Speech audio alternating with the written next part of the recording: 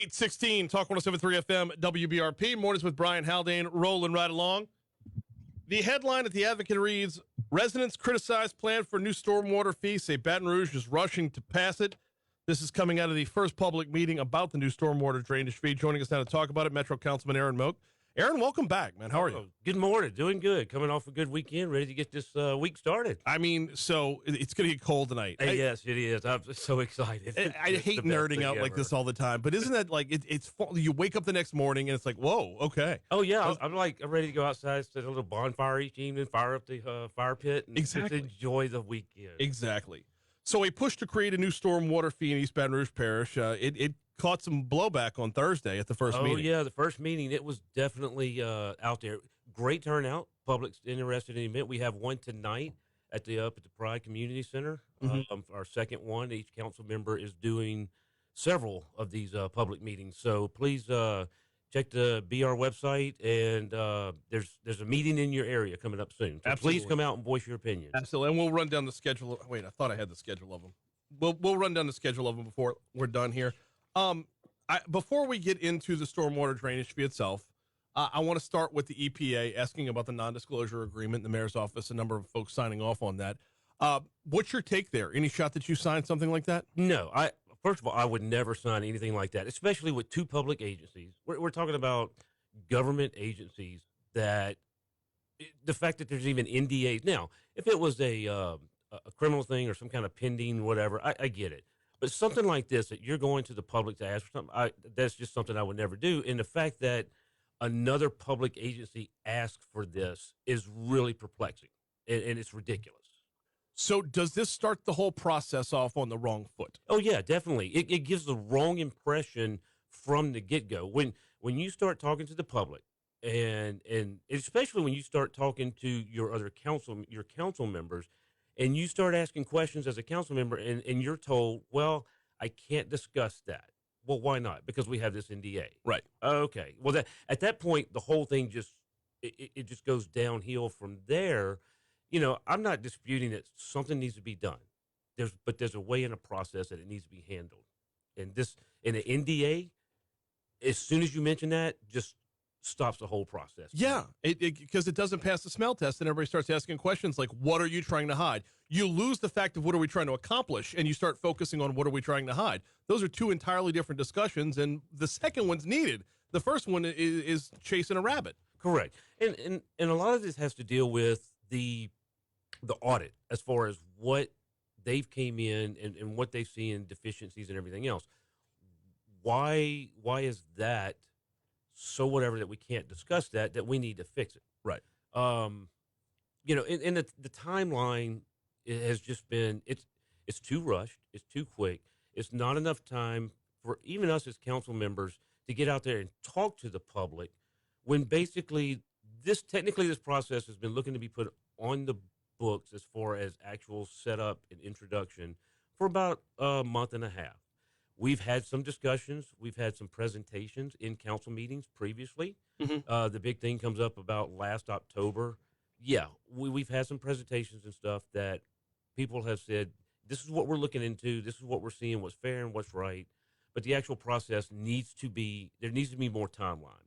And there's several of us that are actually working. We've been talking with our federal counterparts, Garrett Graves' office and several others, that we're trying to get communication from the EPA directly and see what we can do to kind of hopefully extend this process. Back to the public meetings for just a minute. Mm-hmm. To me, these seem like, okay, it's a chance for folks to like vent a little bit, but I don't see where they're going to change anything. They're not. Okay. But it's from us as a council standpoint, and we talked about this when we started setting up these meetings. We want to be able to get out there to get every bit of information that we have available to us, and also let the public speak. You know, I went back and listened to the state legislature when they created the law so that we could create these utility districts and everything. Mm-hmm. You know, there's questions there about allowing the citizens to vote on it, or whether this is something we vote on. Yeah, I get the fact that when you have utility districts, that the council can pass these fees or different things like that. But there's a lot of us that also agree that or don't agree that a fee is a tax, and I agree with that. It's the same thing. When you're asking the public to pay something, you have to ask the public to get a stance and a voice in that somehow. Right. No, totally. The difference between a fee and a tax is it's a differentiation without an actual difference. Correct. Does one take more money out of my wallet than the other? No. I end up with a net loss either way. Exactly. Either way, you're paid. Yeah. And that's another part of this is just let's not play word games with it either. So correct. And when whatever you do, when you start establishing fees like this, to me, one thing that needs to go to the public is, have you shown everything that you can put out there, cut from the regular taxes or general budget or whatever else, that you have put everything into this, and there is no other option? And again, we just don't have that full information to put out there to the public.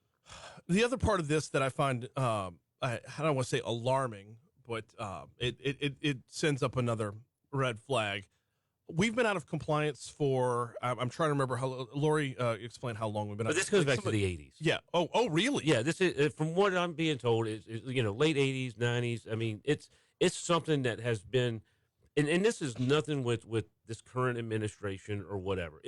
It's been pushed and pushed for very, very long time. And like I said, what I'm told is we're talking back to Tom Ed Simpson, right, Haldane days and everything. And it's just been kicked down the road and kicked down the road. And if the EPA is actually coming in now saying, do this, or we're going to have a consent decree by X amount of time, okay, well, let's solve this problem, but let's all come to the table. Not an NDA. Let's all come to the table with the council, who has to ultimately pass this thing.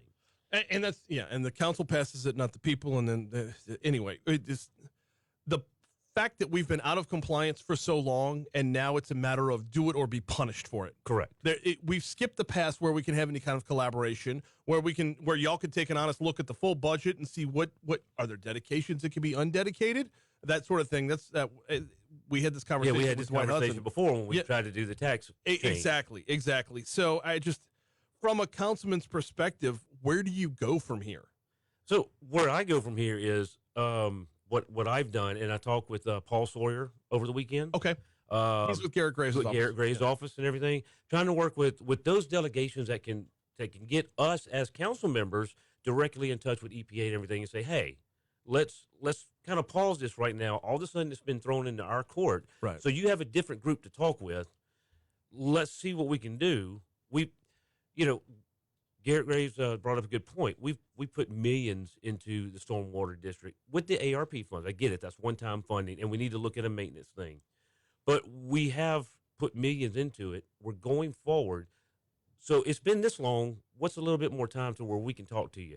Again, that wouldn't even be a real hard issue if there wasn't this NDA in the problem.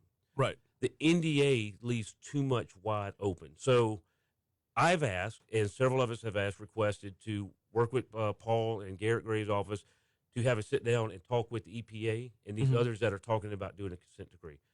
We don't want another consent decree. One thing I've told to the public, and I'm not trying to hide this fact or anything else, I've been asking the question of, if we pass this versus a consent decree, what is going to be the heaviest option? And I want to do the best and right for the city and not cost the taxpayers any more than what's needed, if even needed. So if a consent decree is going to do a more harm longer term, which anything under the federal government is going to do that. Exactly. Just like the sewer fee. But I haven't had those talks with them to find that information, because when I go to get certain things, again, here we go back to the NDA. That's why the problem, if everything keeps circling back around to that NDA, that needs to be thrown out the equation. The stormwater drainage fee is the way it's being described, but as I've learned throughout this process, this isn't so much about quantity of water versus quality of water. Correct. There's so many different federal mandates. I mean, everything you do, it turns down into a federal mandate. But you're absolutely right. It's not just the flow of the stormwater and everything; it's where it's coming from. Draining, parking lots have to drain off oil and everything, so on and so forth. So, yeah, it's a lot to do with issue of quality of water. I mean, God forbid, I hope they never ask us to do a what they call a cleanup plant, like the sewer thing, right. Be circulated, before we dump into the rivers or so on. So, again, I haven't seen all that as far as exactly what's detrimental to the stormwater of East Baton Rouge Parish. The timeline for the and I promised we would run down the when the scheduled meetings are. You said tonight, Pride Cheneyville Branch Library. Tomorrow night, Charles R. Kelly Community Center.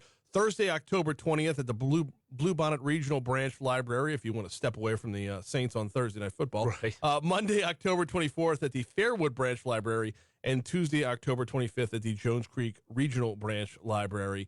And like I said earlier, it feels like this is a chance to vent, but not a chance to give legitimate feedback. Well, look, I encourage everyone, contact your council members. Mm-hmm. Basically, the East Baton Rouge Parish has information and why and what the fee is and everything else, and the administration does, but your council members are the one that's coming up on this vote on the 26th, possibly a vote on the 26th. I encourage everyone, call your council member, email your council member, speak. Yes, we want to hear from the public, and we understand, that this is coming up very fast. So get with us. Please come to these meetings. Come join us and give your opinion out there. The transparency on the end of what it's going to cost us, I really commend the mayor's office for that end. Right. Having this website set up where you just plug in your address.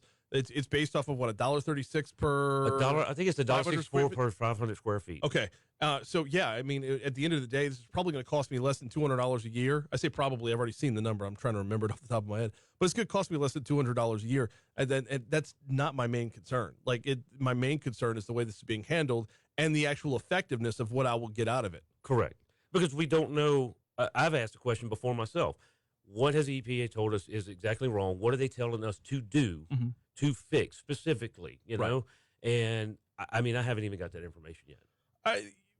As a Metro Council member, have you talked with a lot of other Metro Council members so far? Can we get a kind of a vibe on how this is starting to play out? Well, I mean, I could tell from the emails, and I could kind of play it. It's not looking well. Okay. From a selling standpoint and from a passing. I know we like it or love it or don't or whatever. We know where there's things going on, but I don't think it's looking that great right now. Mm-hmm.